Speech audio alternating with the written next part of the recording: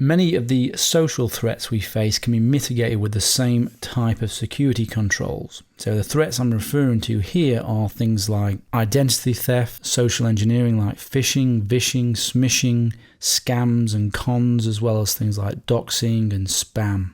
In this video, I'm going to talk through the security controls that protect you from these social threats. And these security controls can be split into two categories.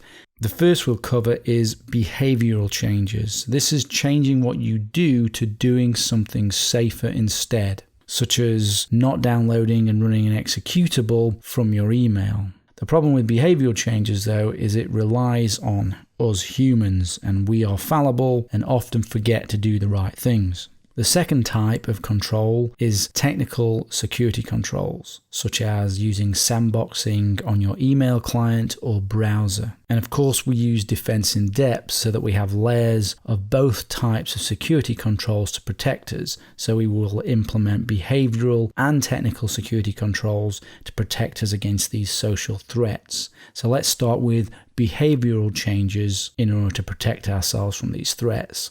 The number one defense against social attacks is, if you didn't request it, do not click on it.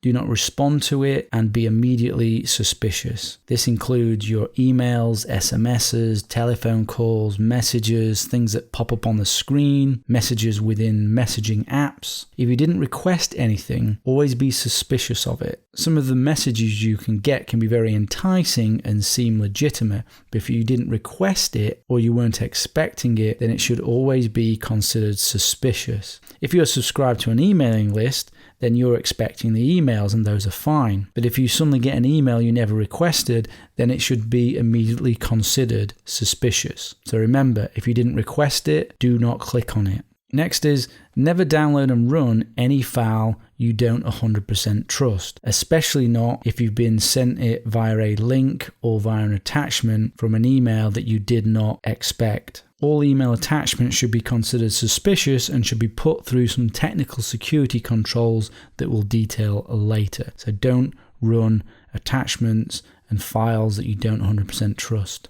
Never enter things like usernames and passwords or personal information after following a link or pop-up. Always go to the site by typing in the URL yourself into the browser. In fact, these days, companies should not be sending out links in emails asking you to log in and enter personal information. You will find that companies that understand security don't do this anymore. They ask you to go to the site and log in without providing a link. They tell their users that they never send out links because they want to train their users not to click on links sent in emails to their site, because they know that that very same tactic is used in phishing attacks. So they want to train their users out of receiving links in emails and clicking on them to their site. So never enter usernames, passwords, or personal information after following a link. Go to the site itself, enter the URL yourself within the browser. You can attempt to validate the link. In the section on Know Your Enemy, we talk through how links are manipulated, so you can check to see whether it conforms to any of the known attack types and link manipulation techniques. So are there any subdomains like we can see here? So we have a subdomain here. So we know that that's dodgy looking, and that's the real domain. Are there any subdirectories? Here we can see some subdirectories. So we know that that's a dodgy URL. That's the real domain. Are there any misspellings? And here we go. Misspellings. That's a dodgy domain. So it may be tricky to understand as I've gone through this which are the real domains depending on your experience. So the real domain is the one that is to the left of the high-level domain. That's the high-level domain. And that has no slash to the left of it. High-level domains are, things like .com, .net, .org. And when we say that there is no slash to the left of it, this does not include the slash in the http://. Are they using IDN homographic attacks? So here we can see them using zeros instead of O's and a 1 instead of an L. With different fonts, it can be impossible to see the difference, so do note that. Are they using hidden URLs using HTML tags?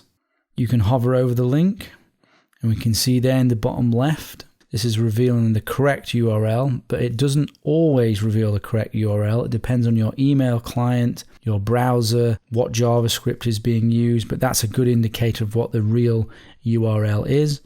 And also here, hovering over, you can see what the real URL is.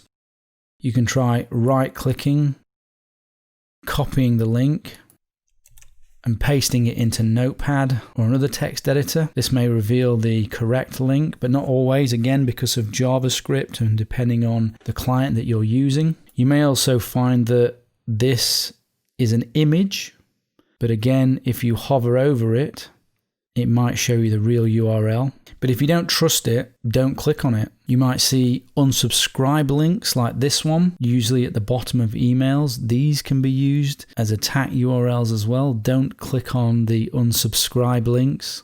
You can copy and paste the link here to see if it's on a known bad URLs list, but if it's very new, it won't be on here, so you can't rely on this 100%. In fact, just use this as an indicator, as there are tens of thousands of phishing URLs at any one time.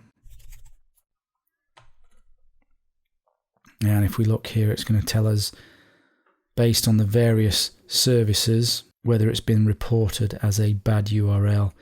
And as we can see, the BBC is safe for now. This has already been discussed, but in reference to these particular attacks, a valid defense is minimizing your personal information disclosure. I've stated this in many parts of the course. You need to limit the amount of information you give out. Simply by doing this, you reduce your risk. You are less likely to be a target of these social attacks and naturally remain more private. We've just covered minimizing your registration and alternatives to providing information on registration. This again makes you more secure and less likely to be a target of these attacks. If they don't know you exist, if your email, your phone number, your message IDs aren't available, they can't know it in order to send attacks to you. Especially do not post your email address, your phone number, your message IDs online, like say in forums, on your blog and those sorts of things, because they will be picked up by automated scanners and then you'll become an automatic target of phishing attacks, scams, cons, spam and whatever else the latest social attack is.